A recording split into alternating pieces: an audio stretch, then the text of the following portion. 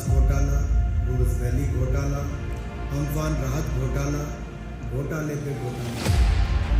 ये बहुत सारे राज्यों की बात नहीं, मैं एक ही राज्य की बात करूँ, पश्चिम बंगाल। कांग्रेस की सरकार में एक के बाद दूसरा घोटाला सबके सामने आया। आपने 3 फरवरी 2019 को देखा होगा, जब पश्चिम बंगाल के मुख्यमंत्री जांच में पैदा करने के लिए खुद धरने पर बैठ जाती है, और आज 2 अक्टूबर 2023 को एक भ्रष्ट सांसद जो गंभीर आरोपों से घिरे हुए हैं, उनके नेतृत्व में हवाई जहाज से अपने कुछ नेताओं उस भ्रष्टाचार के मामलों को दबाने के लिए और ध्यान भटकाने के लिए, उसको अलग विषय बनाने के लिए देश की राजधानी दिल्ली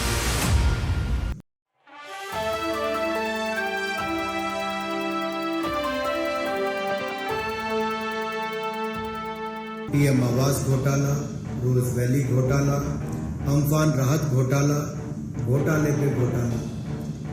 ये बहुत सारे राज्यों की बात नहीं, मैं एक ही राज्य की बात कर रहा हूँ, पश्चिम बंगाल की। तृणमूल कांग्रेस की सरकार में एक के बाद दूसरा घोटाला सबके सामने आया।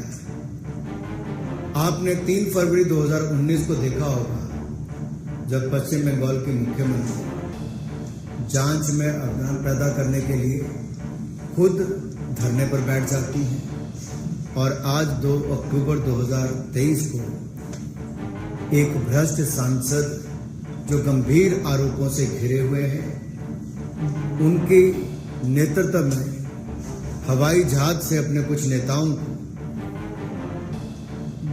उस भ्रष्टाचार के मामलों को दबाने के लिए और ध्यान भटकाने के लिए, उसको अलग विषय बनाने के लिए देश की राजधानी दिल्ली भेज दिया। चुना भी कौन, जो स्वयं ईडी के दफ्तर के चक्कर कर रहा है,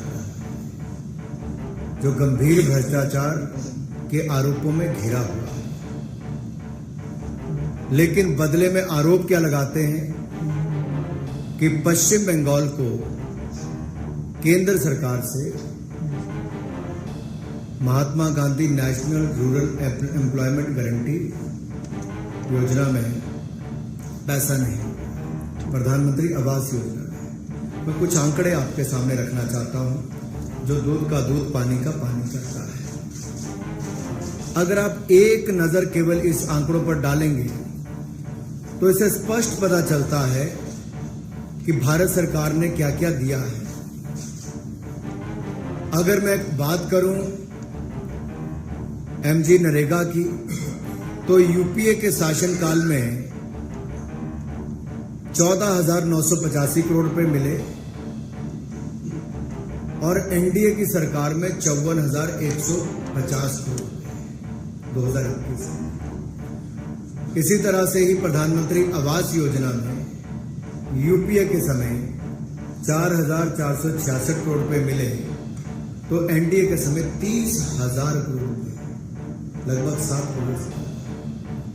अगर एनआरएलएम की मैं बात करूं, बैंक लिंकेज की, नेशनल लाइवलीहुड मिशन की, तो मात्र 626 करोड़ रुपए मिले थे यूपीए के समय, आज 74,034 करोड़ रुपए, 12 गुना से ज्यादा।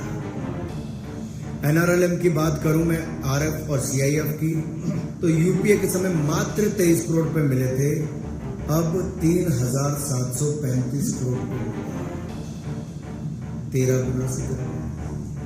इसी तरह से ही अगर वित्त आयोग की राशि की बात करूं, तो 3,270 करोड़ रुपया यूपीए के समय मिला, और एनडीए के समय 25,000 करोड़ रुपए मिला, 8 गुना ज्यादा। आरजीएसए की राशि 41 करोड़ यूपीए के समय, हमारे समय 227 करोड़। आंकड़ा कुल मिलाकर देखिए, यूपीए के समय 58,000 करोड़ रुपया है, तो एनडीए के समय 2,05,003 करोड़, 2,05,003 करोड़। ये अपने आप में दिखाता है कि केंद्र सरकार से कोई कमी पश्चिम बंगाल के विकास के लिए नहीं आती। लेकिन ऐसा क्या हुआ